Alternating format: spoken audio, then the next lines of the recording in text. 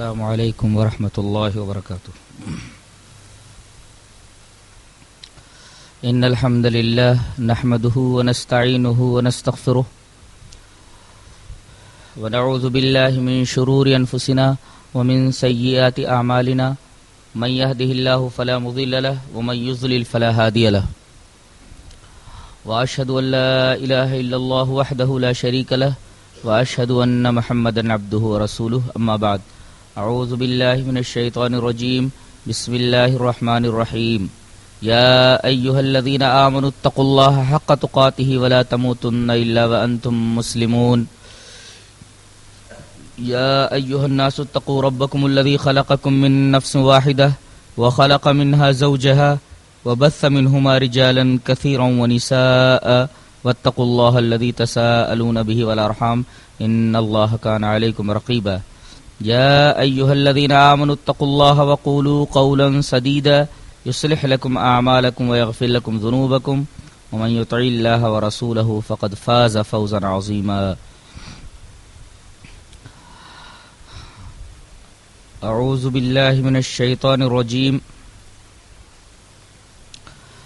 محمد رسول الله والذين معه أشداء على الكفار رحماء بينهم تراهم ركعا سجدا يبتغون فضلا من الله ورضوانا سيماهم في وجوههم من أثر السجود ذلك مثلهم في التوراة ومثلهم في الإنجيل كزرع أخرج شطأه فآزره فاستغلظ فاستوى على سوقه يعجب الزراع ليغيظ بهم الكفار وعد الله الذين آمنوا وعملوا الصالحات منهم مغفرة وأجرا عظيما۔ حضرات علماء کرام، محترم بزرگوں، نوجوان بھائیوں، پیارے بچوں، پردہ نشین ماں اور بہنوں، جیسا کہ آپ کو معلوم ہے کہ آج کا عنوان عظمت صحابہ ہے۔ صحابی اس جلیل القدر اور عظیم الشان ہستی کو کہتے ہیں جس نے نبی کریم صلی اللہ علیہ وسلم کو بحالت ایمان دیکھا ہو، آپ پر ایمان لایا ہو اور ایمان ہی پر اس کا خاتمہ ہوا ہو۔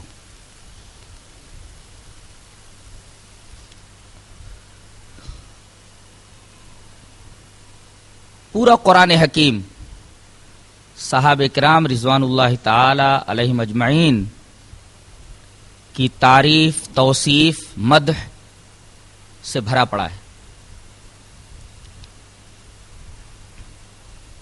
لیکن اس کے باوجود اپنے آپ کو مسلمان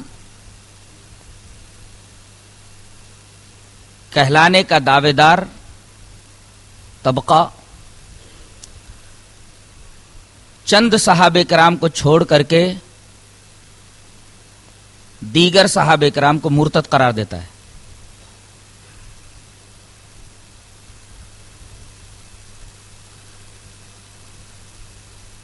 ضروری ہے کہ صحابہ کرام کی عظمت کو مسلمانوں کے سامنے کھول کر رکھ دیا جائے تاکہ اس ناپاک گروہ کے پھیلائے ہوئے پروپیگنڈے سے کسی مسلمان کا ذہن متاثر نہ ہو۔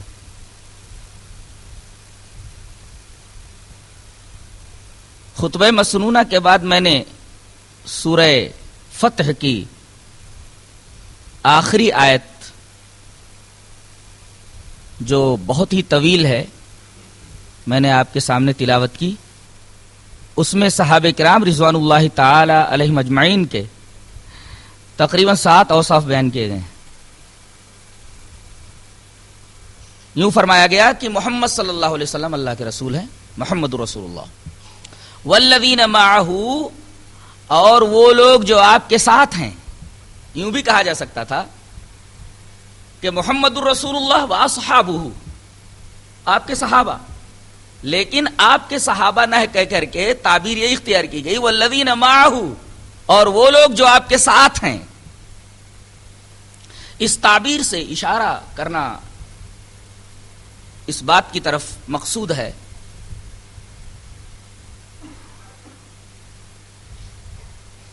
کہ جن جن صحابہ کرام نے آپ کے ہاتھ پر بیعت کی، آپ پر ایمان لائے، وہ عقیدے میں آپ کے ساتھ رہے، آپ کے مشن میں آپ کے ساتھ رہے، تن کے ساتھ رہے، من کے ساتھ رہے، مال کے ساتھ رہے، اولاد کے ساتھ رہے، دامے درمے سخنے ہر طریقے سے آپ کے ساتھ رہے.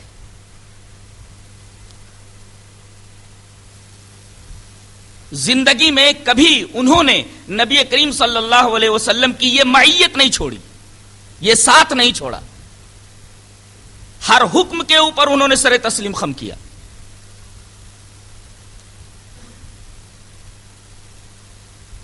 یہ وہ مقدس گروہ ہے جن کے مثل پر سورج طلوع نہیں ہوا. انہوں نے اسلام کے لیے ایسی ایسی قربانیاں دی ہیں کہ تاریخ اسلام پڑھنے والا آدمی حیرت زدہ ہو جاتا ہے کہ کیا کوئی انسان اسلام کے لیے، اللہ کے لیے، اس کے رسول کے لیے ایسی قربانیاں پیش کر سکتا ہے. انہوں نے اللہ اور اس کے رسول کے راستے میں جان کو جان نہیں سمجھا، مال کو مال نہیں سمجھا. ہر حکم کے اوپر انہوں نے صرف آمنا کہا ہے، صدقنا کہا ہے. ایسے ہی کسی کو رضی اللہ عنہم و رضوا عنہ کا سرٹیفکیٹ نہیں ملتا ہے. اپنا سب کچھ انہوں نے اللہ اور اس کے رسول کی راہ میں قربان کر دیا، تب جا کر کے انہیں یہ سرٹیفکیٹ ملا ہے. اس سے پہلے کہ میں وہ آیات آپ کے سامنے پیش کروں جن آیات کے اندر صحابہ کرام کی عظمت کو، فضیلت کو بیان کیا گیا ہے، کچھ احادیث آپ کے سامنے رکھ دوں. ایک حدیث امام بخاری رحمۃ اللہ علیہ کتاب و فضائل اصحاب النبی صلی اللہ علیہ وسلم میں لائے ہیں. بخاری شریف میں جہاں نبی کریم صلی اللہ علیہ وسلم کے اصحاب کا فضل اور ان کے فضائل بیان کیے گئے ہیں، ان میں یہ حدیث امام بخاری نے نقل کیا ہے. روایت اس طرح ہے: وعن ابی سعید الخدری رضی اللہ تعالی عنہ قال قال النبی صلی اللہ علیہ وسلم لا تسبوا اصحابی فلو ان احدکم انفق مثل احد ذهبا ما بلغ مد احدهم لا نصیفہ. رواہ البخاری فی کتاب فضائل اصحاب النبی صلی اللہ علیہ وسلم. اس روایت کو امام بخاری کتاب و فضائل اصحاب النبی صلی اللہ علیہ وسلم میں لائیں. حضرت ابو سعید خدری فرماتے ہیں کہ نبی کریم صلی اللہ علیہ وسلم نے ارشاد فرمایا، تم میرے صحابہ کو برا بھلا مت بولو. جو لوگ صحابہ کرام کو برا بھلا بولتے ہیں، انہیں گالیاں دیتے ہیں، در حقیقت نبی کریم صلی اللہ علیہ وسلم ایسے لوگوں سے بیزار ہیں. دین اسلام سے ایسے لوگوں کا کوئی واسطہ نہیں ہے. وہ رسول کے اس حکم کی خلاف ورزی کرنے والے ہیں. نبی نے تو یہ فرمایا کہ میرے اصحاب کو برا بھلا مت بولنا. ان کی عظمت کا حال تو یہ ہے کہ اگر کوئی آدمی احد پہاڑ کے برابر سونا خرچ کر دے تو انہوں نے جو ایک مد یا آدھا مد، جو ایک چھوٹا پیمانہ ہوتا ہے، اتنا انہوں نے خرچ کر دیا ہے، ان کے برابر بھی نہیں ہو سکتے. صحابہ کرام نے جو ایک مد یا آدھا مد اللہ کی راہ میں خرچ کیا ہے، ان کے علاوہ کوئی اور جو صحابی نہیں ہے اگر کوئی احد کے برابر سونا خرچ کر دے تو ان کے ایک مد یا آدھے مد کے برابر نہیں پہنچ سکتا. یہ حدیث پاک صحابہ کرام رضوان اللہ تعالی علیہ مجمعین کی عظمت پر، ان کی فضیلت پر شاندار دلیل ہے.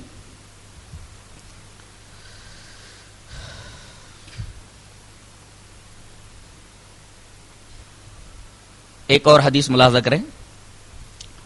وعن عبد اللہ بن عمرو رضی اللہ تعالی عنہ قال قال رسول اللہ صلی اللہ علیہ وسلم لَيَأْتِيَنَّ عَلَىٰ أُمَّتِي مَا أَتَىٰ عَلَىٰ بَنِي إِسْرَائِيلَ حَذْفَ النَّعْلِ بِالنَّعْلِ حَتَّىٰ إِنْ كَانَ مِنْهُمْ مَنْ أَتَىٰ أُمَّهُ عَلَانِيَةً لَكَانَ مِنْ أُمَّتِي مَنْ يَصْنَعُ ذَلِكَ وَإِنَّ بَنِي إِسْرَائِيلَ تَفَرَّقَتْ عَلَىٰ 72 مِلَّةً وَتَفْتَرِقُ أُمَّتِي عَلَىٰ 73 مِلَّةً كُلُّهُمْ فِي النَّارِ إِلَّا مِلَّةٌ وَاحِدَةٌ قالوا من هي يا رسول الله قال ما انا عليه واصحابي رواه الترمذي في كتاب الايمان في باب افتراق هذه الامه. حضرت امام ترمذی اس حدیث پاک کو ترمذی شریف کتاب الایمان میں لائے. باب افتراق هذه الامه ہے اور راوی حضرت عبداللہ ابن عمر ابن عاص ہیں. حضرت عبداللہ ابن عمر رضی اللہ تعالیٰ عنہ فرماتے ہیں کہ نبی کریم صلی اللہ علیہ وسلم نے ارشاد فرمایا کہ میری امت پر وہی کچھ آنے والا ہے جو بنی اسرائیل پر آ چکا ہے، اور اس طرح سے جیسے جوتے کا ایک تلا دوسرے تلے کے برابر ہوتا ہے. اس کے بعد ایک ٹکڑا ہے. علامہ البانی وغیرہ نے اس ٹکڑے کو ضعیف کہا ہے. حدیث تو صحیح ہے لیکن وہ ٹکڑا ضعیف ہے. کون سا ٹکڑا؟ جو اس کے بعد والا ہے کہ یہاں تک کہ اگر کسی یہودی نے بنی اسرائیل میں سے کسی شخص نے اپنی ماں کے ساتھ منہ کالا کیا ہوگا تو میری امت میں بھی ایسا شخص ہوگا جو ایسا کرے گا. یہ ٹکڑا ضعیف ہے، باقی روایت صحیح ہے. آگے نبی کریم صلی اللہ علیہ وسلم نے ارشاد فرمایا کہ بے شک بنی اسرائیل 72 فرقوں میں بٹ گئے، میری امت 73 فرقوں میں بٹ جائے گی، سارے کے سارے فرقے جہنمی ہوں گے سوائے ایک فرقے کے. آپ سے سوال کیا گیا کہ اللہ کے رسول وہ فرقہ کون سا ہوگا؟ آپ نے نام نہیں بتایا، منہج بتایا. فرمایا ما انا علیہ واصحابی، جس راستے پر میں ہوں اور میرے صحابہ ہیں. اللہ اکبر. گویا صحابہ کرام کے منہج اور صحابہ کرام کے راستے سے انحراف کرنے والا کفر و ضلال کے راستے پر چل رہا ہے، وہ دین اسلام کے راستے پر نہیں چل رہا ہے. اللہ تبارک و تعالیٰ نے صحابہ کرام کے راستے کو رسول کا راستہ کہا ہے، اپنا راستہ کہا ہے، اور صحابہ کرام کے راستے اور منہج سے انحراف کرنے والے کو کفر اور ضلال کے راستے پر چلنے والا بتایا ہے. جس نے صحابہ کرام کا طریقہ چھوڑ دیا، جس نے صحابہ کرام کا منہج چھوڑ دیا، جس نے صحابہ کرام کا راستہ چھوڑ دیا، اس نے اللہ کا راستہ چھوڑ دیا، اس نے جناب محمد رسول اللہ صلی اللہ علیہ وسلم کا راستہ چھوڑ دیا. یہ حدیث پاک بھی صحابہ کرام رضوان اللہ تعالی علیہم اجمعین کی عظمت اور ان کی فضیلت پر ایک شاندار دلیل ہے.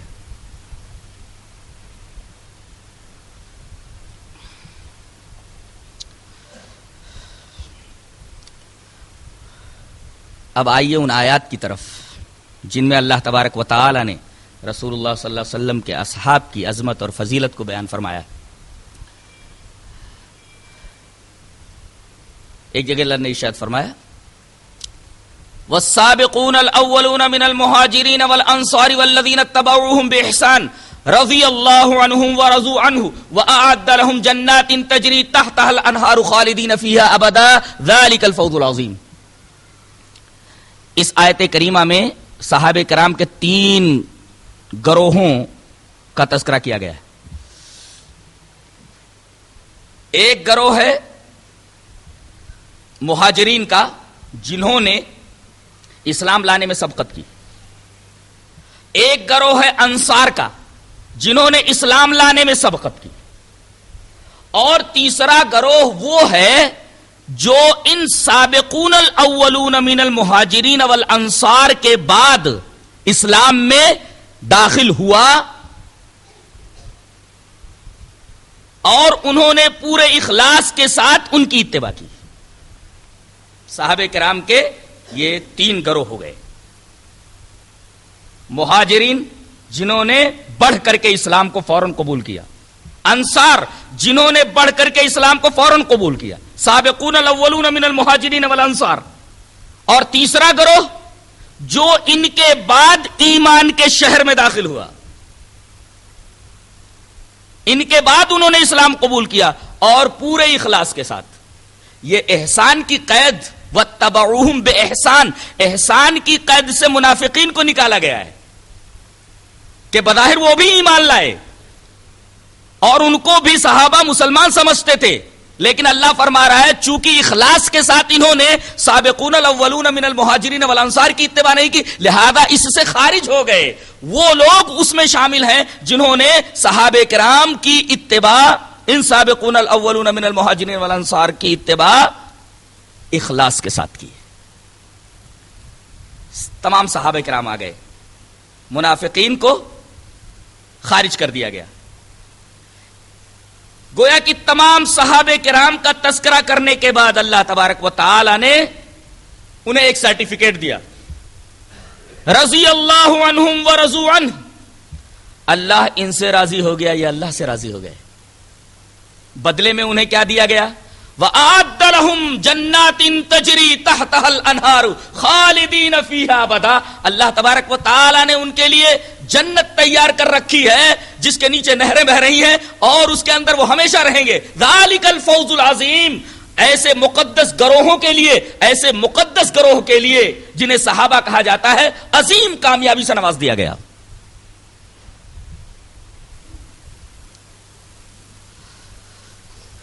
سرٹیفکیٹ جو ہوتا ہے ایسے ہی نہیں دیا جاتا۔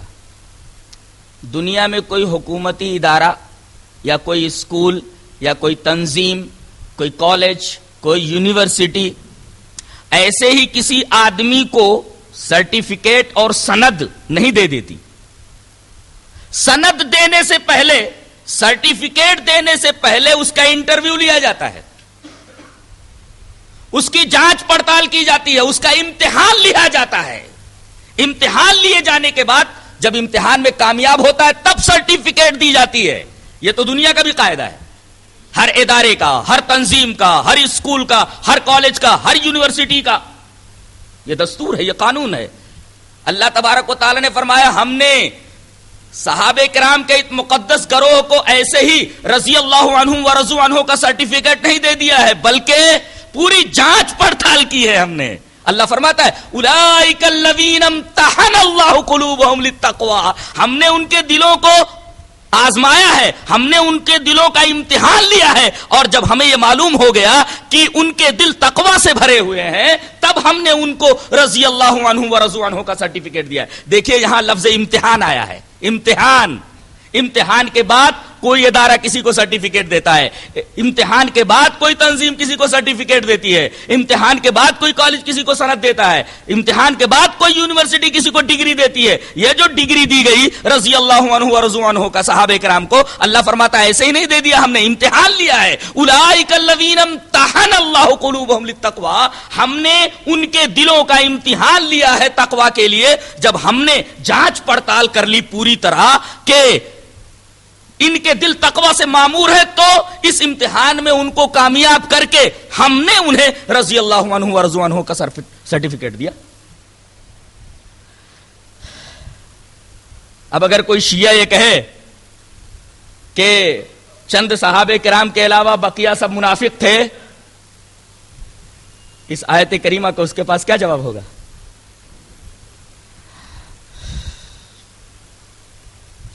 صحابہ کرام کہ عظیم الشان اور مقدس گروہ کے تعلق سے ایک اور بات اللہ تبارک و تعالی نے ارشاد فرمائی، فرمایا وَلَكِنَّ اللَّهَ حَبَّبَ إِلَيْكُمُ الْإِيمَانَ وَزَيَّنَهُ فِي قُلُوبِكُمْ وَكَرَّهَ إِلَيْكُمُ الْكُفْرَ وَالْفُسُوقَ وَالْعِصْيَانَ أُولَئِكَ هُمُ الرَّاشِدُونَ نِعْمَةً مِّنَ اللَّهِ وَفَضْلًا۔ کتنی عجیب بات ہے۔ اللہ نے فرمایا کہ یہ وہ مقدس گروہ ہے صحابہ کا کہ ہم نے ایمان کو ان کے لیے محبوب بنا دیا ہے۔ حبب الیکم الایمان، ایمان کو ان کے نزدیک محبوب بنا دیا ہے۔ محبت جانتے کسے بولتے ہیں؟ تعلق کی انتہا کو محبت بولتے ہیں، یہ لفظ یاد رکھو ہمیشہ۔ محبت کسے بولتے ہیں؟ تعلق کی انتہا، اسے محبت کہا جاتا ہے۔ کسی سے ربط کی انتہا ہو جائے، تعلق کی انتہا ہو جائے، تعلق کی انتہا کو، انتہائے تعلق کو محبت کہا جاتا ہے۔ یعنی ایمان سے ان کا اتنا گہرا تعلق ہے کہ اس سے زیادہ اور کسی سے ان کا تعلق نہیں۔ یہ مطلب ہے حبب الیکم الایمان، ایمان سے انہیں اتنی زیادہ محبت ہے کہ اس سے زیادہ محبت اور کسی چیز سے انہیں نہیں ہے۔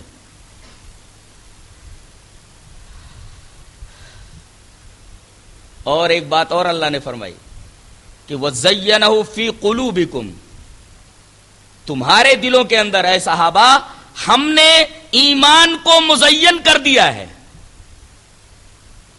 کپڑے کی مثال سے میں نے تقوی کو سمجھایا تھا کہ ایک میلے کچیلے کپڑے کو پہلے صابن سوڈا سے صاف کیا جاتا ہے، اس کے بعد اس کے اوپر بیل بوٹے بنائے جاتے ہیں، اس کی تزئین کی جاتی ہے تو کپڑا بہت خوبصورت ہو جاتا ہے. تو اللہ تبارک و تعالی نے ایک تو ایمان کے ذریعے ان کے دلوں کے میل کو صاف کر دیا، دوسرے ایمان کی محبت ان کے دلوں کے اندر ڈال دی، اور یہی نہیں بلکہ ایمان کو ان کے لیے مزین کر دیا. ایمان کی چادر پر، ایمان کے کپڑے کے اوپر، ان کے دلوں کے اوپر ایمان کے بیل بوٹے بنا دیے گئے، ایمان کی تزئین و آرائش کر دی گئی ہے.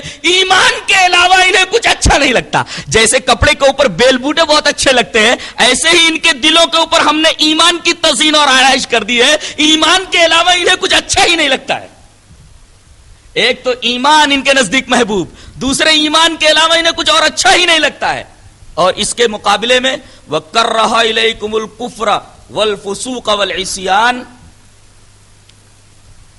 مکروہ بنا دیا ہے، ناپسندیدہ بنا دیا ہے. اللہ تبارک و تعالی نے صحابہ کرام کے لیے کفر کو، اللہ کی نافرمانی کو اور فسق و فجور کو، ایمان سے محبت کرتے ہیں، ایمان سے گہرا تعلق رکھتے ہیں، کفر کو انتہائی ناپسند کرتے ہیں، عصیان کو، اللہ اور اس کے رسول کی نافرمانی کو انتہائی ناپسند کرتے ہیں، فسق و فجور کو انتہائی ناپسند کرتے ہیں. اور آخری ٹکڑا جس پر آیت کا اختتام ہے قابل غور ہے، اور یہی ٹکڑا پوری شیعیت کا رد ہے. اللہ تبارک و تعالی نے فرمایا اولئک هم الراشدون، یہ لوگ راشد ہیں. اب راشد کی تفسیر کروں تو بات بالکل واضح ہو جائے. یہی ٹکڑا جو ان کے بارے میں کہا گیا ہے پوری دنیا شیعیت کا رد اس میں موجود ہے. یہ کہتے ہیں کہ ایمان لائے تھے بعد میں گمراہ ہو گئے. اللہ تبارک و تعالیٰ نے ان کے لیے راشدون کا لفظ استعمال فرمایا. ایک ہوتا ہے ضلالت، اس کے مقابلے میں آتی ہے ہدایت، اور ایک ہے غوایت، اس کے مقابلے میں آتا ہے رشد. ضلالت، آدمی گمراہ ہو گیا، اس کو کہتے ہیں یہ ضلالت کے راستے پر چل رہا ہے، یہ ضال ہو گیا. اب اگر وہ گمراہی کے اس راستے سے ہٹ کر سیدھے راستے پر آ جائے تو کہتے ہیں اس کو ہدایت مل گئی.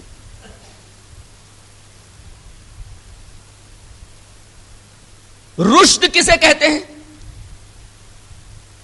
سیدھے راستے پر آ جانا. اور غوایت کسے بولتے ہیں جو اس کا اپوزٹ ہے؟ سیدھے راستے پر آ جانے کے بعد گمراہ ہو جانا. ایک ہے کہ ابھی سیدھے راستے پر آیا ہی نہیں، گمراہ ہے، اس کے بعد اسے ہدایت ملی. اور ایک ہے سیدھے راستے پر آ جانے کے بعد گمراہ ہو گیا، تو اس کے لیے غوایت کا لفظ آتا ہے جو رشد کا اپوزٹ ہے. اللہ تبارک و تعالی نے یہاں وہی لفظ رشد استعمال فرمایا. اولئک هم الراشدون. صحابہ کرام نے جب ہدایت قبول کر لی تو زندگی بھر وہ اس راستے سے نہیں ہٹے، گمراہ نہیں ہوئے وہ. اس لیے کہ رشد کا اپوزٹ غوایت آتا ہے. ایمان لانے کے بعد بھٹک جانا. تو جب اللہ نے انہیں راشد کہہ دیا تو اس کا مطلب یہ ہوا کہ جب سے انہوں نے ہدایت قبول کی مرتے دم تک ہدایت ان کے ہاتھ سے نہیں چھوٹی. اولئک هم الراشدون پوری دنیا شیعیت کا رد ہے.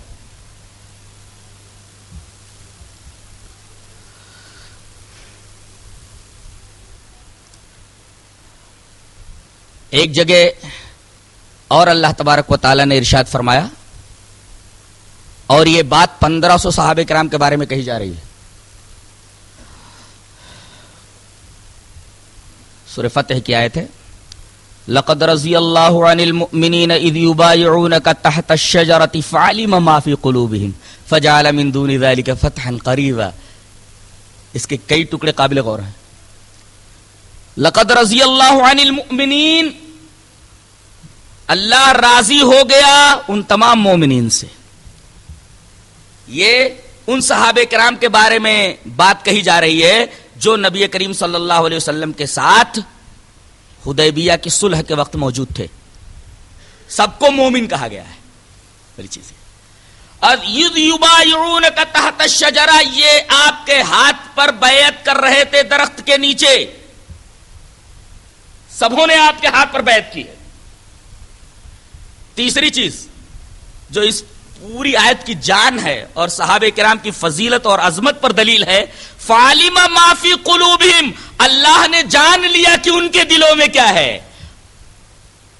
ان کے دلوں کے اندر جو صدق و صفا کے جذبات ہیں، اللہ نے ان کے دل کے اندر صدق و صفا کے جذبات کو جان لیا ہے. یہ ٹکڑا دشمنان صحابہ کی تردید کے لیے کافی ہے، جو کہتے ہیں کہ ایمان لانے کے بعد وہ لوگ بھٹک گئے تھے، یا وہ لوگ ایمان ہی نہیں لائے تھے بلکہ نفاق کی حالت میں وہ نبی کریم صلی اللہ علیہ وسلم کے ساتھ رہے. اللہ تبارک و تعالی نے ان کے دل کا حال بیان فرمایا ہے. فَعَلِمَ مَا فِي قُلُوبِهِمْ، اللہ تبارک و تعالی نے ان کے دل کے اندر صدق و صفا کے جذبات کو جان لیا تھا کہ انہوں نے سچے دل سے اللہ اور اس کے رسول کے راستے کو قبول کیا ہے.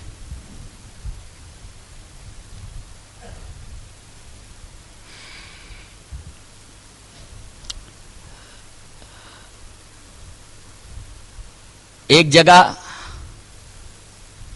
سورہ بقرہ میں شروع ہی میں اللہ تبارک و تعالی نے صحابہ کرام کے بارے میں ایک بات کہی کہ وَإِذَا قِيلَ لَهُمْ آمِنُوا كَمَا آمَنَ النَّاسِ، جب ان سے کہا جاتا ہے کہ ایمان لاؤ جیسا کہ لوگ ایمان لائے، الناس سے برا صحابہ کرام، تو کہتے ہیں قَالُوا أَنُؤْمِنُ كَمَا آمَنَ السُّفَهَاءُ، کیا ہم اس طرح ایمان لائے جیسا کہ یہ بے وقوف لوگ ایمان لائے ہیں. انہوں نے صحابہ کرام کو بے وقوف کہا. اللہ تبارک و تعالی نے صحابہ کرام کا دفاع کرتے ہوئے یہ فرمایا الا انہم هم السفہاء، میرے رسول کے صحابہ بے وقوف نہیں ہے، بے وقوف تو یہی لوگ ہیں. الا انہم هم السفہاء، حسر کے ساتھ فرمایا میرے نبی کے صحابہ بے وقوف نہیں ہے. ارے یہ تو دنیا کی سب سے عجیب و غریب جماعت ہے اور دنیا کی سب سے حیرت انگیز جماعت ہے اور دنیا کی سب سے عظیم الشان جماعت ہے، دنیا کی سب سے عقل مند جماعت ہے. اور میں یہ کہوں تو بے جا نہ ہوگا کہ سب سے زیادہ عقل مند صحابہ کرام کی جماعت تھی. انہوں نے دنیا کو داؤں پر لگا کر کے آخرت کو حاصل کر لیا. اس سے بڑی عقل مندی اور کیا ہو سکتی ہے؟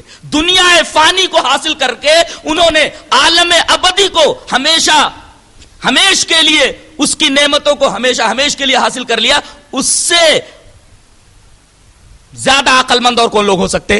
اسی وجہ سے اللہ نے فرمایا کہ بے وقوف وہ نہیں ہے، بے وقوف تم ہی لوگ ہو، ایسا فرمایا گیا. الا انہم هم السفہاء ولکن لا یعلمون. کاش کہ انہیں علم ہوتا. ایک تو اللہ تبارک و تعالی نے نبی کریم صلی اللہ علیہ وسلم کے صحابہ کی طرف سے دفاع کیا کہ بے وقوف میرے نبی کے صحابہ نہیں، بے وقوف تم ہو.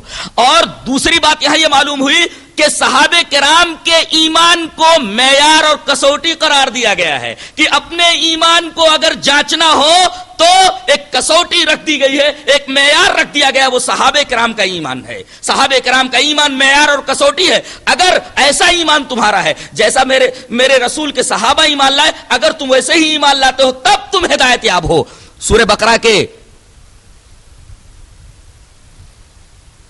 آگے چل کر کے جہاں پہلے پارے کا اختتام ہو رہا ہے اس کے اندر اللہ تبارک و تعالی نے یہ معیار بیان فرمایا فَإِنْ آمَنْتُمْ بِمِثْلِ فَإِنْ آمَنُوا بِمِثْلِ مَا آمَنْتُمْ بِهِ فَقَدْ اهْتَدَوْا. اگر یہ لوگ اسی طرح ایمان لے آئے جیسا کہ تم ایمان لائے ہو اے میرے نبی کے صحابہ، فَقَدْ اهْتَدَوْا، تو انہیں ہدایت ملے گی. اللہ اکبر. صحابہ کرام کے ایمان کو معیار ہدایت قرار دیا گیا کہ اگر آدمی کو ہدایت لینا ہے، ہدایت حاصل کرنا ہے تو نبی کریم صلی اللہ علیہ وسلم کے صحابہ کرام کے ایمان کو معیار قرار دے اور کسوٹی قرار دے. ویسا ایمان لائے تب ہدایت یاب ہوگا. صحابہ کرام کے ایمان کو معیار ہدایت قرار دینا صحابہ کرام رضوان اللہ تعالی علیہم اجمعین کی فضیلت اور عظمت پر ایک کھلی ہوئی دلیل ہے.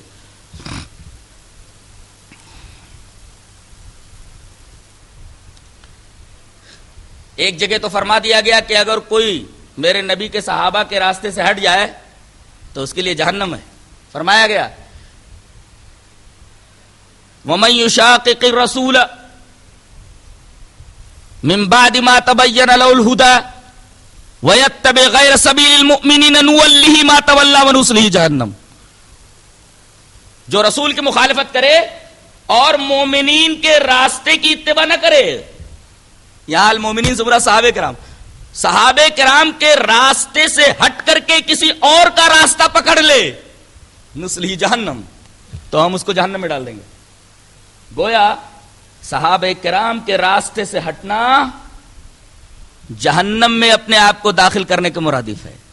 صحابہ کرام کا راستہ، صحابہ کرام کا منہج ہی صحیح منہج، صحیح راستہ ہے.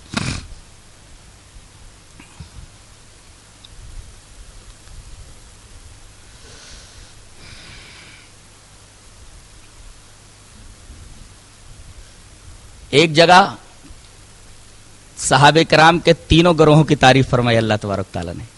اللہ اکبر. مہاجرین کی تعریف فرمائی ایک آیت کے اندر، انصار کی تعریف ایک آیت میں فرمائی، اور اس کے بعد صحابہ کرام کے ایک گروہ کی تعریف فرمائی. آیات اس طرح ہیں: للفقراء المهاجرين الذين اخرجوا من ديارهم واموالهم يبتغون فضلا من الله ورضوانا وينصرون الله ورسوله اولئك هم الصادقون. الله والذين تبوؤوا الدار والايمان من قبلهم يحبون من هاجر اليهم ولا يجدون في صدورهم حاجة مما اوتوا ويؤثرون على انفسهم ولو كان بهم خصاصة اولئك هم المفلحون. والذين جاءوا من بعدهم يقولون ربنا اغفر لنا ذنوبنا ولإخواننا الذين سبقونا بالإيمان ولا تجعل في قلوبنا غلا للذين آمنوا ربنا إنك رؤوف رحيم.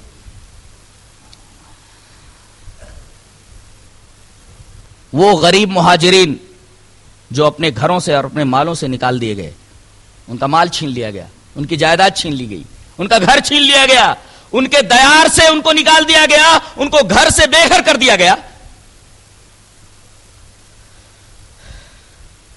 یبتغون فضلا من اللہ ورضوانا، انہوں نے اللہ کی رضا کے لیے اپنا گھر بار سب کچھ چھوڑ دیا. وینصرون اللہ ورسولہ، بس اللہ اور اس کے رسول کی مدد کرنے ہی کے لیے اپنی زندگیوں کو وقف کر دیا. ڈگری کیا دی گئی؟ اولئک هم الصادقون، یہ لوگ اپنے دعوے ایمان میں سچے ہیں. ان کا دعوے ایمان بالکل صحیح ہے، اپنے دعوے ایمان میں بالکل سچے ہیں. مہاجرین کی اس جماعت کو اللہ تبارک و تعالی نے سچا قرار دیا، ایمان کے اعتبار سے، عمل کے اعتبار سے، فکر کے اعتبار سے، زندگی کے ہر پہلو کے اعتبار سے اللہ تبارک و تعالی نے انہیں سچا قرار دیا. اس کے بعد انصار کی جماعت کے بارے میں اللہ فرماتا ہے: والذین تبوؤوا الدار والایمان من قبلہم، اور وہ لوگ جنہوں نے ٹھکانہ بنا لیا دار میں، دار سے مراد یثرب مدینہ، گھر کو انہوں نے ٹھکانہ بنا لیا، والایمان، اور ایمان کو اپنا ٹھکانہ بنا لیا. یہاں قابل غور بات یہ ہے کہ ایک بات تو یہ کہی گئی کہ انہوں نے دار کو یعنی مدینہ کو اپنا گھر بنا لیا، مدینہ میں اپنا ٹھکانہ بنا لیا. دوسری بات یہ کہی گئی ایمان میں اپنا ٹھکانہ بنا لیا. گویا ایمان ایک گھر ہے، ایمان ایک شہر ہے، ایمان ایک بستی ہے، ایمان ایک گاؤں ہے، بس ایمان کے گاؤں میں جا کر بس گئے ہیں. اللہ اکبر. ایمان کے شہر میں اپنا گھر بنا لیا ہے. کتنی بڑی بات ہے. میں نے جب اس لفظ ایمان پر غور کیا تو میں حیرت زدہ رہ گیا کہ اللہ تبارک و تعالیٰ نے یہاں یہ بات کہی ہے کہ انہوں نے مدینہ کے اندر گھر بنا لیا، ٹھکانہ بنا لیا، اور ایمان میں انہوں نے اپنا گھر بنا لیا ہے، ایمان میں ٹھکانہ بنا لیا ہے. ان سے پہلے، کن سے پہلے؟ مکہ سے جو ہجرت کر کے مدینہ آئے، ان کے آنے سے پہلے ان لوگوں نے ایمان کے اندر اپنا گھر بنا لیا تھا. مراد انصار ہیں. یحبون من ہاجر الیہم، یہ محبت کرتے ہیں مہاجرین سے. پاکستان والوں کے لیے لمحہ فکر ہے کہ یہاں سے جو لوگ ہجرت کر کے گئے آج بھی مہاجرین ہیں، لمحہ فکر ہے ان کے لیے. اور یہاں کہا جا رہا ہے کہ مہاجرین سے وہ محبت کرتے ہیں. پاکستان کا اسلام کون سا اسلام ہے جی؟ اللہ فرما رہا ہے کہ مہاجرین سے محبت کرتے تھے، یہ مہاجرین سے محبت کرنے والے تھے. جو لوگ اپنا گھر بار چھوڑ کر کے ان کے پاس آئے ان سے بے پناہ محبت کرنے والے. پاکستان والوں کے لیے لمحہ فکر ہے آیت کریمہ کا یہ ٹکڑا، یحبون من ہاجر الیہم، مہاجرین سے محبت کرنے والے. ولا یجدون فی صدورہم حاجۃ مما اوتوا، اور نبی انصار کو چھوڑ کر کے مہاجرین کو اگر کچھ دیتے تھے تو صحابہ کرام کو انصار کو برا نہیں لگتا تھا کہ نبی انہیں کیوں دے رہے ہیں. اپنے دل میں وہ کسی قسم کا دغدغہ، اپنے دل میں کسی قسم کا انقباض، اپنے دل میں کسی قسم کی چبھن، اپنے دل میں کسی قسم کی کسک وہ نہیں پاتے تھے. اس طریقے کا ان کا دل مہاجرین کے لیے صاف تھا. کیا یہاں سے پاکستان جانے والے لوگ ان کی نگاہوں میں ویسے ہی ہیں جو وہاں کے اصلی باشندے ہیں؟ کیا وہ مہاجرین سے محبت کرتے ہیں؟ کیا مہاجرین کے تئیں ان کے دل صاف ہیں؟ کیا ان کو وہی مراعات حاصل ہے حکومت کی طرف سے جو وہاں کے اصلی باشندوں کو حاصل ہے؟ وَلَا يَجِدُونَ فِي صُدُورِهِمْ حَاجَةً مِّمَّا أُوتُوا وَيُؤْثِرُونَ عَلَىٰ أَنفُسِهِمْ وَلَوْ كَانَ بِهِمْ خَصَاصَةٌ. خود کی بہت زیادہ ضرورت ہو کسی چیز کی، خود کو ضرورت مند ہونے کے باوجود اپنے اوپر دوسروں کو ترجیح دیتے ہیں. اور ایسے لوگوں کے بارے میں اللہ تبارک تعالیٰ نے فرمایا اولئک هم المفلحون. مہاجرین کے بارے میں فرمایا اولئک هم الصادقون، یہ سچے ہیں.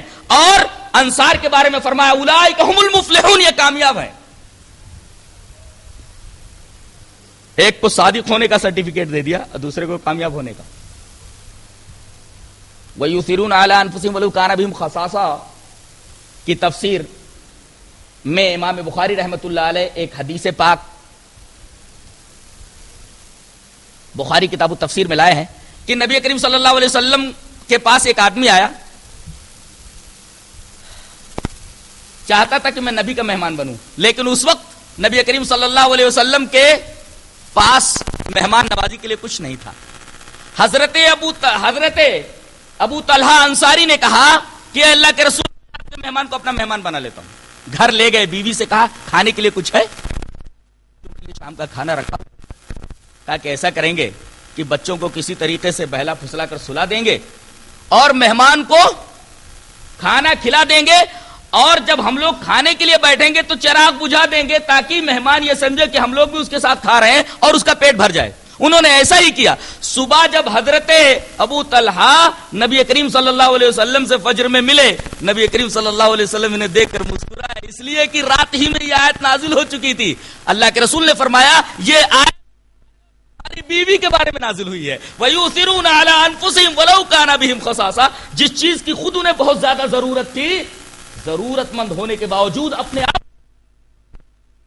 صحابہ کرام رضوان اللہ تعالی.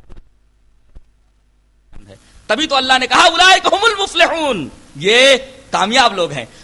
تیسرے گروہ کے بارے میں فرمایا والذین جاؤوا من بعدہم، یہ تیسرا گروہ، ان کے بعد جو آئے مہاجرین اور انصار کے بعد، یقولون ربنا اغفر لنا ولاخواننا الذین سبقونا بالایمان.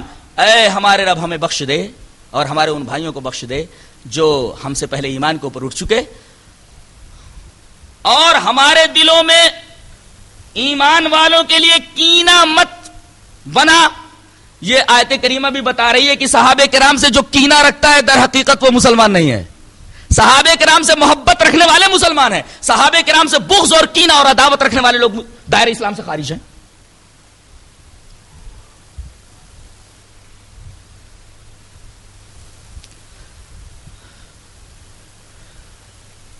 ایک سوال یہاں کیا جا سکتا ہے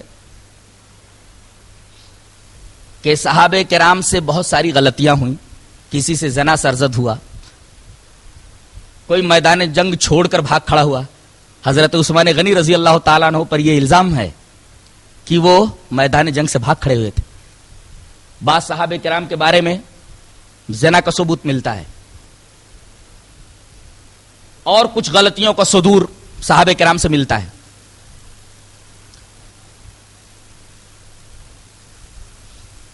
اس کا جواب کیا ہے؟ جواب اس کا یہ ہے کہ تربیت کے دوران جب یہ ایمان لائے تو ایمان لانے کے بعد ان کی تربیت شروع ہوئی اور ایک مدت تک نبی کے زیر صحبت ان کی تربیت ہوتی رہی. ایمان لانے کے بعد تربیت شروع ہوئی، اس لیے کہ نبی کا کام جہاں کتاب کو پہنچا دینا تھا وہاں تعلیم تھی، تربیت تھی. تو ایمان جب لائے تو ان کی تربیت شروع ہوئی، اور دوران تربیت شاگردوں کی کمزوریاں، خامیاں، غلطیاں یہ سب نمایاں ہوتی ہیں، ظاہر ہوتی ہیں. اور استاد ان غلطیوں کو دیکھ کر کے، ان خامیوں اور کمزوریوں کو دیکھ کر کے ان کی اصلاح کرتا ہے. جب ان غلطیوں اور خامیوں کی اصلاح ہو جاتی ہے تب شاگرد کی زندگی معیاری بنتی ہے. تو جتنی خطائیں صحابہ کرام سے ہوئی وہ دوران تربیت ہوئی، اور دوران تربیت اگر شاگرد سے غلطی ہو جائے تو یہ موجب قدح نہیں ہے، قابل اعتراض بات نہیں ہے. یہ غلطیاں کب ہوئیں؟ جب وہ تربیت کے درمیان تھے، اور جب ان کی تربیت مکمل ہو گئی تو اللہ تبارک و تعالی نے ان کے بارے میں رضی اللہ عنہ ورضوا کہہ کر کے، ورضوا عنہ کہہ کر کے خامیوں سے پاک، غلطیوں سے پاک ہو جانے کا سرٹیفکیٹ دیا، اور یہ ذہن نشین کرا دیا ان کے بعد آنے والے لوگوں کے لیے کہ یہ شخصیات جن کی تربیت کے بعد ہم نے رضی اللہ عنہ ورضوا عنہ کا خطاب دیا ہے، یہ جرح و تنقید سے بالا تر ہیں. اب ان کے اوپر جرح نہیں ہوگی، اب ان کے اوپر تنقید نہیں ہوگی. لہذا جب کوئی روایت آتی ہے، مثلا نیو روایت آئی، یروی المزنی عن الشافعی عن مالک عن نافع عن ابن عمر عن رسول اللہ صلی اللہ علیہ وسلم، یہ سند ہے. مزنی روایت کرتے ہیں امام شافعی سے، شافعی روایت کرتے ہیں امام مالک سے، امام مالک روایت کرتے ہیں امام نافع سے، امام نافع روایت کرتے ہیں حضرت عبداللہ ابن عمر سے. حضرت عبداللہ ابن عمر فرماتے ہیں کہ رسول اللہ صلی اللہ علیہ وسلم کو میں نے یہ کہتے ہوئے یا یہ کرتے ہوئے دیکھا. اب آپ دیکھیے روایت کا ایک سلسلہ ہے. سلسلے کا پہلا فرد کون ہے؟ مزنی ہے. مزنی کے استاذ ہیں امام شافعی، امام شافعی کے استاذ ہیں امام مالک، امام مالک کے استاذ ہیں امام نافع، امام نافع کے استاذ ہیں حضرت عبداللہ ابن عمر. تو تحقیق ہوگی مزنی کی، تحقیق ہوگی امام شافعی کی، تحقیق ہوگی امام مالک کی، تحقیق ہوگی امام نافع کی، تحقیق نہیں ہوگی حضرت عبداللہ ابن عمر کی. اللہ تبارک و تعالیٰ نے ان کو جرح و تنقید سے بالاتر قرار دیا ہے. کوئی ان کے اوپر انگشت جرح دراز نہ کرے، ان کے اوپر کوئی انگشت نمائی نہ کرے. ہم نے ان کو رضی اللہ عنہ ورضوا عنہ کا خطاب دیا ہے. اب یہ تمام جرحوں سے، تمام تنقیدوں سے بالاتر ہو گئے ہیں. اب ان کے اوپر کوئی جرح کرنے کی، کوئی تنقید کرنے کی جرات نہ کرے.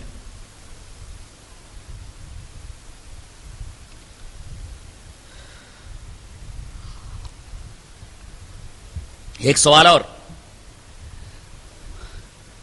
محدثین ان لوگوں سے روایت نہیں لیتے جنہوں نے چوری کی ہو، محدثین ان لوگوں سے روایت نہیں لیتے جنہوں نے زنا کیا ہو، محدثین ان لوگوں کی روایتوں کو نہیں لیتے جو فسق میں مبتلا ہوں، جو گناہوں میں مبتلا ہوں. اب بتائیے صحابہ کرام سے جو خطائیں سرزد ہوئیں، صحابہ کرام سے جو گناہ ہوئے، تو اس سے تو وہ ساقط العدالت قرار دیے گئے، ساقط العدالت ہو گئے، عدالت ساقط ہو گئی. اس لیے کہ زنا کا صدور فسق ہے، اور فسق کی وجہ سے راوی ساقط العدالت ہو جاتا ہے، عدالت ساقط ہو جاتی ہے. پھر جرح کیسے نہیں ہوگی؟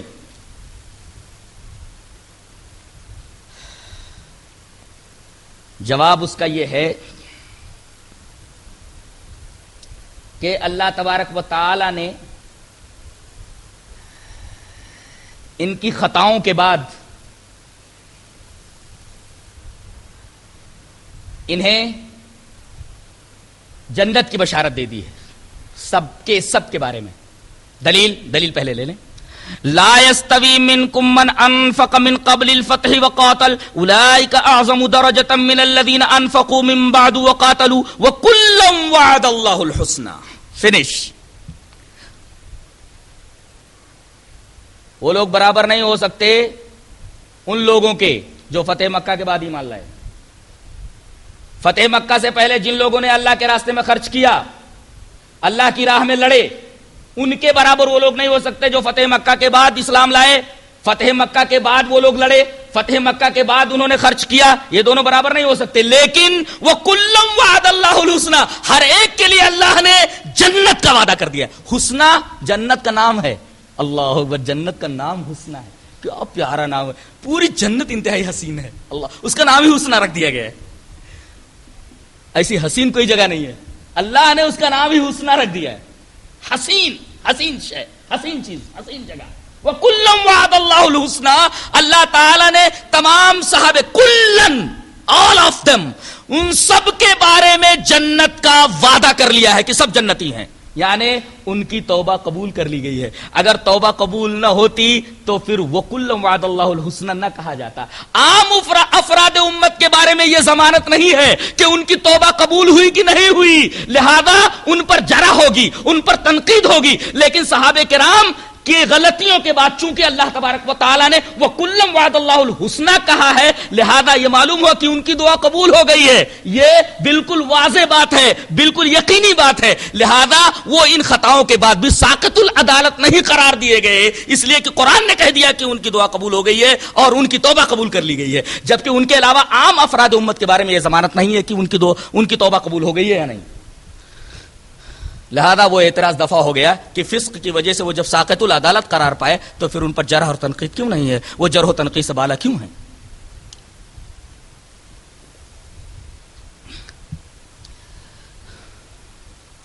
آخرت میں 2 جگہ اور ایک جگہ اور ملا لیجئے تو 3 جگہ, یہ تینوں جگہیں ایسی ہیں جہاں آدمی بہت پریشان ہوگا. ایک دفعہ نبی کریم صلی اللہ علیہ وسلم حجرے میں داخل ہوئے, حضرت عائشہ زار و قطار رو رہی ہیں. جب نبی کریم صلی اللہ علیہ وسلم حجرے میں داخل ہوئے تو حضرت عائشہ رضی اللہ تعالیٰ عنہ کی سسکیاں آپ نے سن لی تھی, وہ جلدی جلدی آنسو پوچھنے لگی. نبی کریم صلی اللہ علیہ وسلم نے سے پوچھا, عائشہ کیا بات ہے, کیوں رو رہی تھی؟ کہا کہ اللہ کے رسول, آخرت کا منظر یاد آ گیا تھا. اور پھر روتے ہوئے کہنے لگی کہ اللہ کے رسول, ہمیں قیامت کے دن یاد رکھیں گے, میدان محشر میں آپ ہمیں یاد رکھیں گے, آپ تو اللہ کے مقرب ہیں, آپ تو نبی ہیں. کہا کہ عائشہ 3 جگہ کوئی کسی کو یاد نہیں کرے گا. پہلی جگہ وہ جب نامہ اعمال بٹ رہے ہوں گے, آدمی پریشان ہوگا کہ نامہ اعمال داہنے ہاتھ میں دیا جائے گا کہ بائیں ہاتھ میں. آدمی کا کلیجہ اچھل کر کے حلقوم میں آ گیا ہوگا کہ نہ جانے میرا نامہ اعمال میرے دائیں ہاتھ میں دیا جائے گا کہ بائیں ہاتھ میں. عائشہ, جب تک نامہ اعمال بٹ نہ جائے کوئی کسی کو یاد نہیں کرے گا, میں بھی یاد نہیں کروں گا کسی کو. اور دوسری جگہ ہوگی میزان عمل, جہاں نیکیاں تولی جائیں گی.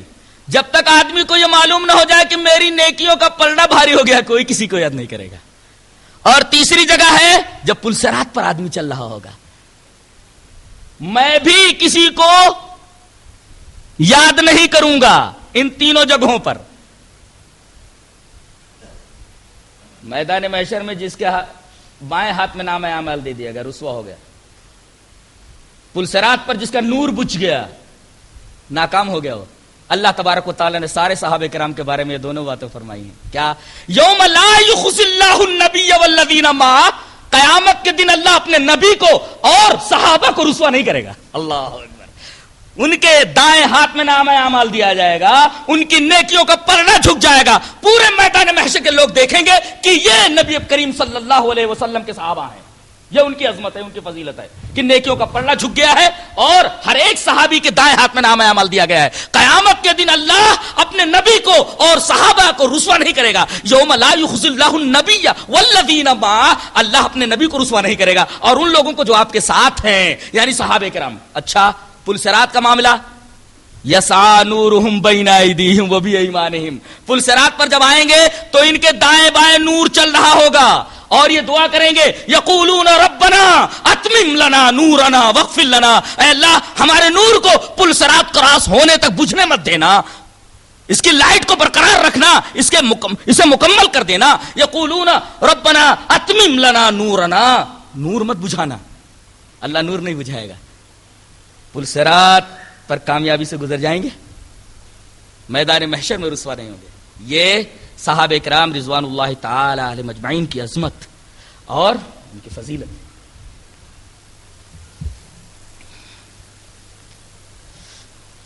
اب وہ 7 اوصاف لے لیں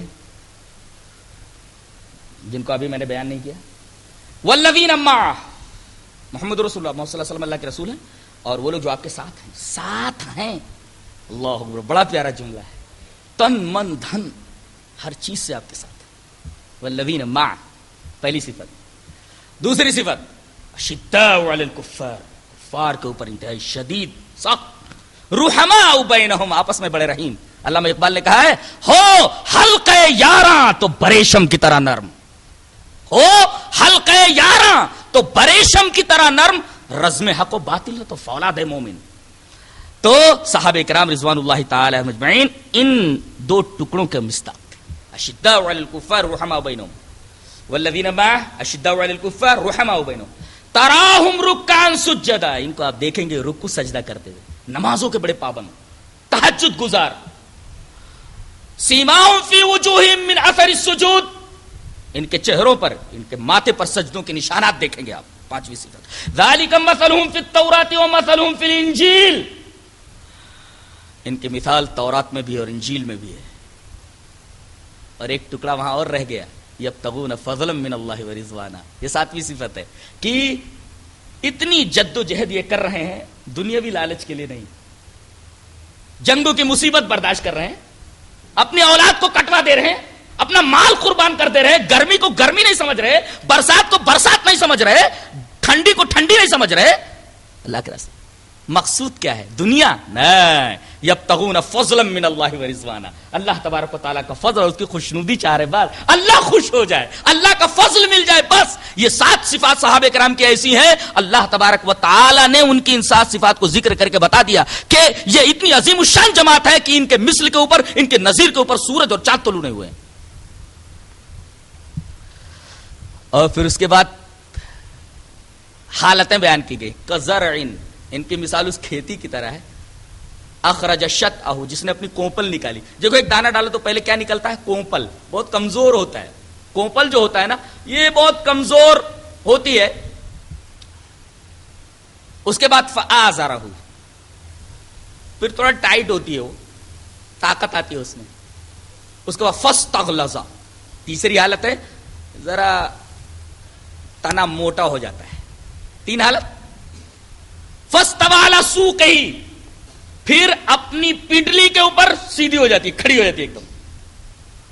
یعجب الزراع لیغیظ بہم الکفار، کسان جو ہوتا ہے دیکھ دیکھ کر بہت خوش ہوتا ہے، اور کفار دیکھ دیکھ کر کے بہت ہی جذبز ہوتے ہیں، ان کے دلوں میں غیظ آتا ہے، غصہ آتا ہے.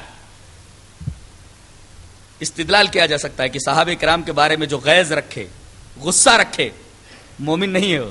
یہاں لیغیظ بہم الکفار، غیظ رکھے تو وہ کافر ہے، اس لیے کہ کافر ہی غیظ رکھیں گے صحابہ سے. لیغیظ بہم الکفار، ان سے کفار غیظ رکھیں گے، لہذا صحابہ سے جو غیظ رکھے، صحابہ سے جو نفرت رکھے، صحابہ سے جو بغض رکھے، صحابہ سے جو عداوت رکھے، صحابہ سے جو کینہ رکھے، صحابہ سے جو دشمنی رکھے، ایسے آدمی کے بارے میں کہا گیا کافر ہے، وہ کافر ہے. لیغیظ بہم الکفار.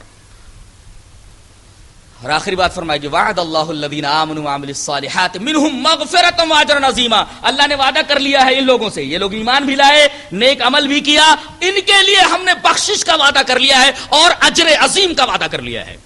صحابہ کرام کی عظمت پر یہ پوری کی پوری آیت کریمہ ایک کھلی ہوئی دلیل ہے.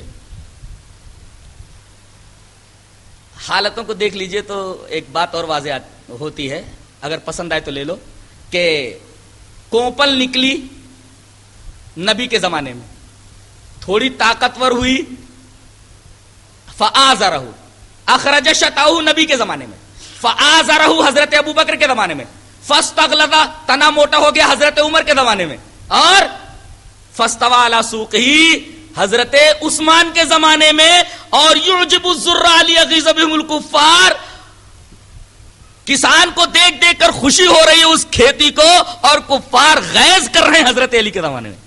یہ چاروں خلفاء کا تذکرہ بھی کر دیا گیا ہے جو ہے اشارت النص سے. اشارت النص سے چاروں خلفاء کی طرف اشارہ ہو گیا. ایک جگہ تو نبی کو خطاب کر کے کہہ دیا گیا کہ بعض لوگ ہیں جو تیرے صحابہ سے نفرت کرتے ہیں، تو بول دے ان کو قل موتوا بغیظکم، مر جاؤ اپنے غصے سے، اپنے غصے کی وجہ سے تم مر جاؤ، دل میں گھٹ گھٹ کر کے تمہاری موت آ جائے. بول دو قل موتوا بغیظکم، مر جاؤ میرے صحابہ کرام سے بغض رکھ رکھ کر کے، اس بغض کی وجہ سے، اس غیظ کی وجہ سے مر جاؤ تم.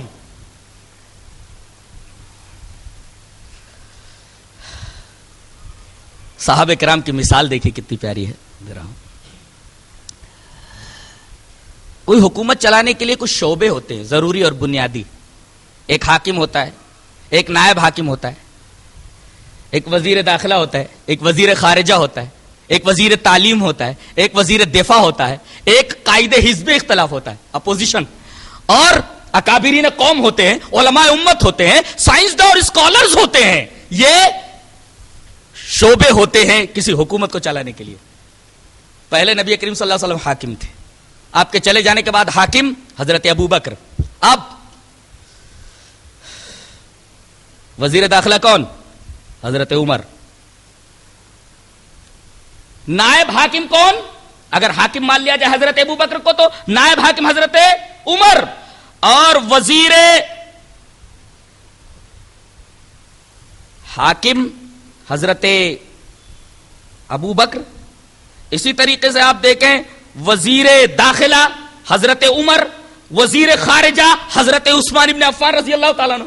کہ نبی کریم صلی اللہ علیہ وسلم نے انہیں حدیبیہ سے جو ہے آگے بھیجا تھا تاکہ یہ صلح وغیرہ کرائیں. وزیر خارجہ، وزیر تعلیم حضرت علی رضی اللہ تعالیٰ، وزیر دفاع حضرت ابو عبیدہ بن الجراح، اور سیف اللہ حضرت خالد رضی اللہ تعالیٰ عنہ. قائد حزب اختلاف حضرت معاویہ رضی اللہ تعالیٰ عنہ. اکابرین قوم حضرت عائشہ رضی اللہ تعالیٰ عنہ. علماء امت حضرت ابو ہریرہ. سائنسداں اور اسکالرز حضرت ابن عمر، حضرت ابن عباس. سائنسداں اسکالر یہ لڑائی میں حصہ نہیں لیتے تھے، بہت کم. سائنسداں اسکالرز لوگ، ان کو کیا معاملہ رہتا ہے، وہ تو دیکھتے رہتے ہیں کہ بھئی حکومت کیسے مضبوط ہو، تعلیم پھیلاؤ آگے. تو یہ شعبے ہوتے ہیں بنیادی. اب دیکھیے حضرت ابو بکر اگر حاکم ہیں تو نائب حاکم حضرت عمر ہیں، وزیر داخلہ حضرت عمر ہیں، وزیر خارجہ حضرت عثمان غنی ہیں، وزیر تعلیم حضرت علی ہیں، اور وزیر دفاع حضرت خالد ابن ولید ہیں، حضرت ابو عبیدہ بن الجراح ہے.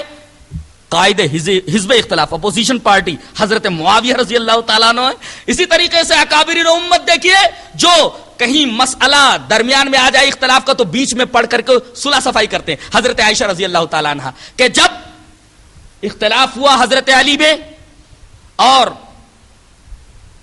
ایک اور گروہ میں، ابو طلحہ اور حضرت طلحہ اور زبیر جس موقف پر تھے، ان کا کہنا یہ تھا کہ حضرت علی قاتلین عثمان سے بدلہ کیوں نہیں لے رہے. حضرت علی یہ کہہ رہے تھے بھائی میری گرفت مضبوط ہونی چاہیے، ابھی اگر میں قاتلین عثمان سے بدلہ لینا شروع کر دوں تو حکومت میں اور خلفشار مچ جائے گا، لہذا وقت آنے دو. غلط فہمی کی وجہ سے دونوں میدان میں آ گئے. جنگ جمل، حضرت عائشہ بھی ساتھ میں آئی ہیں، لیکن جب اطراف سے گفتگو ہوئی، طرفین کے لوگ بیٹھے اور غور و فکر کیا گیا تو صلح ہو گئی. یہ ہوا کہ اب لشکر اپنے اپنے مقام کی طرف واپس لوٹ جائے گا. منافقین نے رات میں دونوں طرف حملہ کر دیا. اندھیرے میں طلحہ اور زبیر کے لشکر والوں نے سمجھا کہ مخالف نے حملہ کر دیا ہے، حضرت عائشہ کے لشکر نے سمجھا کہ علی کے لشکر نے حملہ کر دیا، اور علی کے لشکر نے سمجھا کہ حضرت عائشہ کے لشکر نے غداری کی ہے، بدعہدی کی ہے، اور اس طرح انہوں نے حملہ کر دیا ہے اور آپس میں لڑائی ہوئی اور بہت سارے لوگ مارے گئے. تو یہ جو لڑائی ہوئی ہے آپس میں غلط فہمی کی بنیاد پر ہوئی ہے. لہذا یہ مشاجرات صحابہ ہیں، ان کو دلیل بنا کر کے صحابہ کرام کی تنقیص نہیں کی جا سکتی، اس لیے کہ ان سے جو کچھ ہوا وہ نیک نیتی پر مبنی تھا، دنیا طلبی کے لیے نہیں تھا. اور نیک نیتی کے بنا پر اگر آپس میں جنگ ہوئی ہے تو اس سے ان کی تنقیص نہیں کی جا سکتی. اس کی میں ایک مثال دیتا ہوں. بس آبادی سے باہر ایک مسجد بنی ہوئی ہے، وہاں سواریوں کو باندھنے کے لیے بڑی تکلیف ہوتی ہے. اگر کوئی آدمی گھوڑے سے جاتا ہے، گھوڑے کو چھوڑ دے اور نماز پڑھنے لگے تو گھوڑا ادھر ادھر بھاگ جاتا ہے. اونٹ کے ذریعے اگر سواری کر کے جائے تو اونٹ کو اگر چھوڑ دے تو اونٹ ادھر ادھر بھاگ جاتا ہے. نماز کے بعد پھر اسے تلاش کرنا ایک پرابلم، ایک بہت بڑی مشکل. ایک آدمی ان کی پریشانیاں دیکھ کر کے کھوٹے گاڑ دیتا ہے تاکہ وہ لوگ جو سواریوں سے آتے ہیں وہ اپنی مشکل سے نجات پالیں. اس کھوٹے کے اندر اپنی سواریاں باندھ دیں. نیک نیتی سے اس نے کھوٹے گاڑ دیے. اب ایک آدمی دیکھتا ارے یہ کیا ہوا، کھوٹے 10 گڑے ہوئے ہیں. کئی آدمیوں کو دیکھا میں نے کہ وہ کھوٹوں سے الجھ کر کے گر پڑے ہیں، انہیں چوٹ لگ گئی، وہ کھوٹے اکھاڑ دیتا ہے. تو کھوٹے گاڑنے والا بھی نیک نیت ہے، اجر کا مستحق ہے، اور کھوٹے اکھاڑنے والا بھی نیک نیت اور اجر کا مستحق ہے. صحابہ کرام سے ایسی ہی غلطی ہوئی ہے. ان غلطیوں کو ایسی ہی چیزوں پر محمول کیا جائے گا اور دونوں ثواب کے مستحق ہیں، کھوٹا گاڑنے والا بھی اور کھوٹا اکھاڑنے والا بھی۔ لہذا صحابہ کرام کے درمیان جو مشاجرات ہوئے ہیں ان کو اسی قسم کے اختلاف کے اوپر محمول کیا جائے گا۔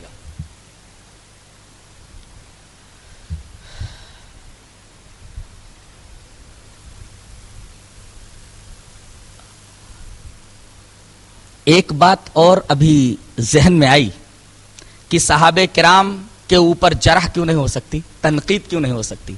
تو قرآن نے تو کہہ دیا رضی اللہ عنہ و رضوا عنہ یا کل وعد اللہ الحسنی، لہذا ان پر جرح اور تنقید نہیں ہوگی۔ اللہ کے رسول صلی اللہ علیہ وسلم نے بھی ایک بات صحابہ کرام سے کہہ دی ہے جس سے یہ پتہ چلتا ہے کہ ان پر جرح و تنقید نہیں ہوگی۔ دلیل اس طرح ہے، وعن عبد الله بن عمرو رضی اللہ تعالی عنہ ان النبي صلی اللہ علیہ وسلم قال بلغوا عني ولو آیہ وحدثوا عن بني اسرائیل ولا حرج ومن كذب علي متعمدا فليتبوأ مقعده من النار، رواہ البخاری فی کتاب احادیث الانبیاء۔ حضرت امام بخاری سے حدیث پاک کو ایسے ہی کتاب احادیث الانبیاء کے اندر لائے، بخاری کتاب الانبیاء میں حدیث موجود ہے حضرت عبداللہ ابن عمر سے۔ حضرت عبداللہ ابن عمر فرماتے ہیں کہ نبی کریم صلی اللہ علیہ وسلم نے صحابہ کرام کو خطاب کر کے فرمایا میری طرف سے ایک آیت یا ایک حدیث ہی پہنچا دو۔ آیت سے مراد یہاں سیاق کے اعتبار سے حدیث زیادہ بہتر لگتی ہے کہ یہاں آیت سے مراد حدیث ہے۔ نبی کریم صلی اللہ علیہ وسلم نے فرمایا میری طرف سے تم حدیثیں پہنچا دو۔ نبی نے سرٹیفکیٹ دے دیا، ان کو سند دے دی کہ تمہیں میں نے سند دے دی ہے، تم حدیث میری پہنچا دو۔ نبی کا یہ کہنا کہ میری طرف سے حدیث پہنچا دو، نبی کا صحابہ کرام کو سند دینا ہوا، اور نبی نے جب سند دے دی ان کو تبلیغ کی کہ میری حدیثیں تم پہنچاؤ، تو نبی نے چونکہ ان کو سند دی ہے لہذا ان کو تو اتھارٹی مل ہی گئی، لہذا ان کے اوپر جرح نہیں ہوگی، ان کے اوپر تنقید نہیں ہوگی، اس لیے کہ نبی نے ان سے کہہ دیا کہ تبلیغ کرو تم میری طرف سے، اگرچہ ایک ہی آیت کی کیوں نہ ہو، چونکہ یہ تبلیغ کی سند، تبلیغ اور پہنچانے کی سرٹیفکیٹ نبی کریم صلی اللہ علیہ وسلم نے دی ہے، لہذا یہ حدیث بھی بتا رہی ہے کہ صحابہ کرام کے اوپر جرح نہیں ہوگی۔ یہ چند باتیں تھیں عظمت صحابہ کے متعلق۔ اللہ تبارک و تعالی ہمیں نیک عمل اور اچھی سمجھ کی توفیق عطا فرمائے۔ وآخر دعوانا الحمدللہ رب العالمین۔